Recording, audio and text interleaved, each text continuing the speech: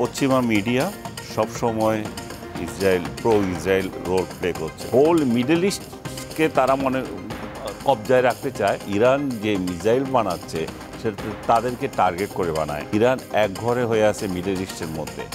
এই রাষ্ট্রগুলো চায় ইরানের যে শক্তি, যে উত্থান হচ্ছে, সেটা যাতে নেমে যায়। ইরানের সঙ্গেও কিন্তু ইসরায়েলের সম্পর্ক ছিল। নেতানিয়াহুর যে ইচ্ছা, যে অভিলাষ, ট্রাম্পের অভিলাষও মিলে যাচ্ছে। রিজিম চেঞ্জই আসলে আলটিমেট গোল তাদের ইসরায়েলের, সেটা যেভাবেই বলো। কিন্তু আপনার কাছে আমার প্রশ্ন হলো, এই যে যেমন আপনার প্রথমেই বলেন যে আন্তর্জাতিক আইনের লঙ্ঘন, এখন ইসরায়েল আমরা এর আগেও দেখেছি যেখানে যেভাবে খুশি, যাকে খুশি সেখানে হামলা করতে পারে নিরাপত্তার কথা বলে, এবং আন্তর্জাতিক আইনকে বৃদ্ধাঙ্গুলি দেখিয়ে। এবং আপনি আন্তর্জাতিক গণমাধ্যম বা যে কোনো গণমাধ্যম বা যারা ম্যাটার করে সারা বিশ্বে, তারা যে এইটা আন্তর্জাতিক লঙ্ঘন সেটা না বলে সেলফ ডিফেন্সের কথা বেশি বেশি বলছে, সেটাকে আপনি একজন যুদ্ধ সাংবাদিক হিসেবে কিভাবে ব্যাখ্যা করবেন? দুইটাই সত্য, কিন্তু একটা হচ্ছে যে অবশ্যই ওরা পশ্চিমা মিডিয়া সবসময় প্রো ইসরায়েল রোল প্লে করছে। এর মূল কারণ হচ্ছে বড় বড় মিডিয়ার মালিকগুলা ওদের ধর্মের লোকজনের, আপনি জানেন নিশ্চয়ই। তো সেটা একটা ভূমিকা রাখে, অ্যাকসেপ্ট আল জাজিরা দুই একটা ছাড়া, আর বাকিগুলো তো তারা ওই ইয়েতে রাখে। আরেকটা হচ্ছে যে সেলফ ডিফেন্স, এটাকেও আমি একেবারে অস্বীকার করব না। হয়তো অনেকে রাগ করবেন এটা শুনলে। রাগ করবেন এই জন্যই যে দেখেন, ওরাও কিন্তু মিডল ইস্টে এসেছে একটা প্রক্রিয়ার মাধ্যমে এসেছে। তারা যে উড়ে এসে বসে গেছে শুধু তা নয়, সেটা তো একটা যুদ্ধের প্রেক্ষিতে, একটা সমঝোতার প্রেক্ষিতে এসেছিল। কিন্তু ঘটনা হচ্ছে এসে কি করছে সেটা হচ্ছে বিষয়। এসে তো তারা অন্যদেরকে খেদায়া পুরোটাই দখল করে ফেলতেছে।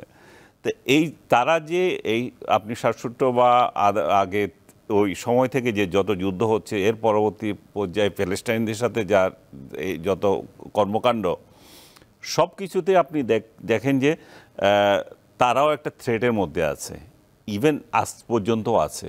তারা যদি বলে যে নাই, সেটা ঠিক না।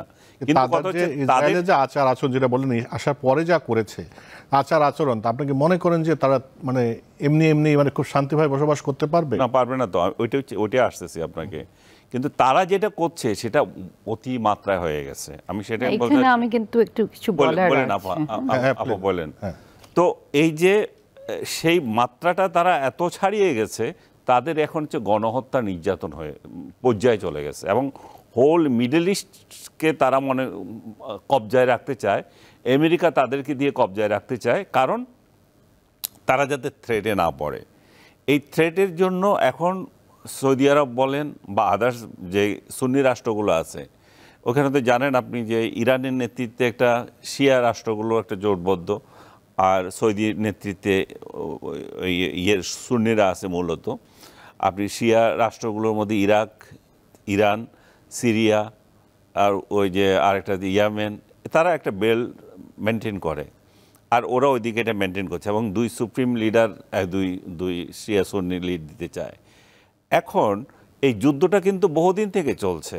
লেবাননে আপনার হিজবুল্লাহদেরকে দিয়ে চালাচ্ছিল, এবং আপনার হামাসকে ইরান সহায়তা করছিল, যেটা প্যালেস্টাইনিদের জন্য ইসরায়েলিদের সাথে লড়তে, এবং হুতিরাও মাঝে মাঝে হামলা করে। তাহলে দেখেন যে আপনি, তাহলে ইসরায়েল দেখছে যে আসলে তার আসল আতঙ্ককে, তার আসল আতঙ্ক হচ্ছে ইরান। অন্য কোনো দেশ তার সাথে আতঙ্কে নাই। এবং দেখা গেল যে 2020 সালে এসে তারা আব্রাহাম অ্যাকর্ড করছে, এর সাথে ইউএইর সাথে কূটনৈতিক রিলেশন করে ফেলেছে, এবং সৌদি আরব করবে এই অবস্থায় আছে। এবং এর আগেও তারা কয়েকটা মুসলিম দেশের সাথে তাদের রিলেশন আছে, যেমন টার্কি আছে, ইজিপ্ট আছে। ইজিপ্টও বোধহয় শুরুর দিক থেকেই আছে। সো এই রাষ্ট্রগুলো যখন আছে, তাদের সাথে শুধুমাত্র বৈরী সম্পর্কে আছে ইরানের। তখন এই ইরান হচ্ছে তাদের জন্য আসল থ্রেট। এবং ইরান যে মিসাইল বানাচ্ছে সেটা তাদেরকে টার্গেট করে বানায়। এবং ইরান যদি আপনার ইউরেনিয়াম সমৃদ্ধ হয়ে যদি বোমা তৈরি করে পারমাণবিক, সেটাও তাদের একটা ভয়। সো ইরানকে শেষ করা হচ্ছে তাদের বর্তমান উদ্দেশ্য। এর আগে যারা এই পারমাণবিক বোমা বানানোর জন্য খায়েশ ব্যক্ত করেছিল, যেমন লিবিয়া বলেন, লিবিয়া। ইরাক বলেন, সেগুলো কিন্তু সে শেষ করে দিয়েছে। এখন এটা এখন সর্বশেষ এসছে ইরানের উপর এটা আসছে। এই যে ইরানকে তাহলে তার টার্গেট সে যেভাবে করছিল, ইরান সেটার পাল্টা মনে করেন 2000 কিলোমিটার দূরে গিয়ে কি করতে পারবে। বর্তমান সময়ে যে প্রেক্ষাপট তৈরি হয়েছে, ইরান একঘরে হয়ে আছে মিডল ইস্টের মধ্যে। কারণ ইরানের পক্ষে রাশিয়া আছে, চায়না আছে, এরা শুধুমাত্র লিপ সার্ভিস দিচ্ছে, কিন্তু তলে তলে ইসরায়েলের সঙ্গে ওই রাষ্ট্রগুলোর, বাকি রাষ্ট্রগুলো যে 7টা দেশে মিডল ইস্টের, যেমন যে সৌদি আরব, ইউএই সহ, বাহরাইন সহ আরও যে রাষ্ট্রগুলো যাদের কুয়েত, কাতার ঘাঁটি আছে, সেই ঘাঁটিগুলোতে তো আমেরিকান ঘাঁটি আছে, এবং সেই ঘাঁটিগুলোও কিন্তু আমেরিকা ঘাঁটি থাকা মানে কি এই ইসরায়েলের একটা প্রোটেকশন। জি। সো এই জায়গায়ও হামলা হতে পারে এমন একটা ভয়ের জন্য এই রাষ্ট্রগুলোও চায় ইরানের যে শক্তি, যে উত্থান হচ্ছে, সেটা যাতে নেমে যায়। জি। এখন আপনি বলবেন যে আরেকটা জিনিস খেয়াল করেন, আপনাকে একটা উদাহরণ দিই এখানে, এটা বোধহয় অনেকেই জানে না। এই ইরানের সঙ্গেও কিন্তু ইসরায়েলের সম্পর্ক ছিল, কূটনৈতিক সম্পর্ক। এটা 1997 সালে যখন রেভলিউশনারি ক্ষমতায় আসলো, আয়াতুল্লাহ খমেনিরা যখন ক্ষমতায় আসলো, তখন এটা কিন্তু এই সম্পর্ক কাট হয়ে গেছে।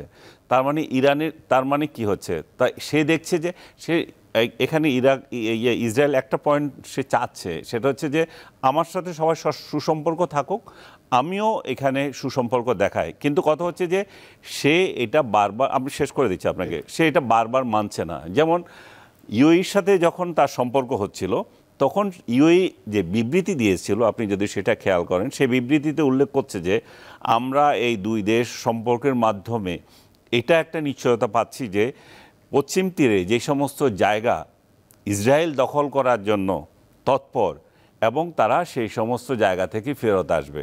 কিন্তু আজকে যদি দেখেন, ইসরায়েল এমন এক অবস্থা করেছে, প্যালেস্টাইনকে তারা জিরো বানিয়ে দিতে চায়, এবং এই জিরো বানানোর যে তার যে ইচ্ছা, নেতানিয়াহুর, বিশেষ করে গত 17 বছর থেকে আরও বেশি বয়স থেকে বছর ধরে সে এখানে ক্ষমতায়, নেতানিয়াহুর যে ইচ্ছা, যে অভিলাষ, ট্রাম্পের অভিলাষও মিলে যাচ্ছে।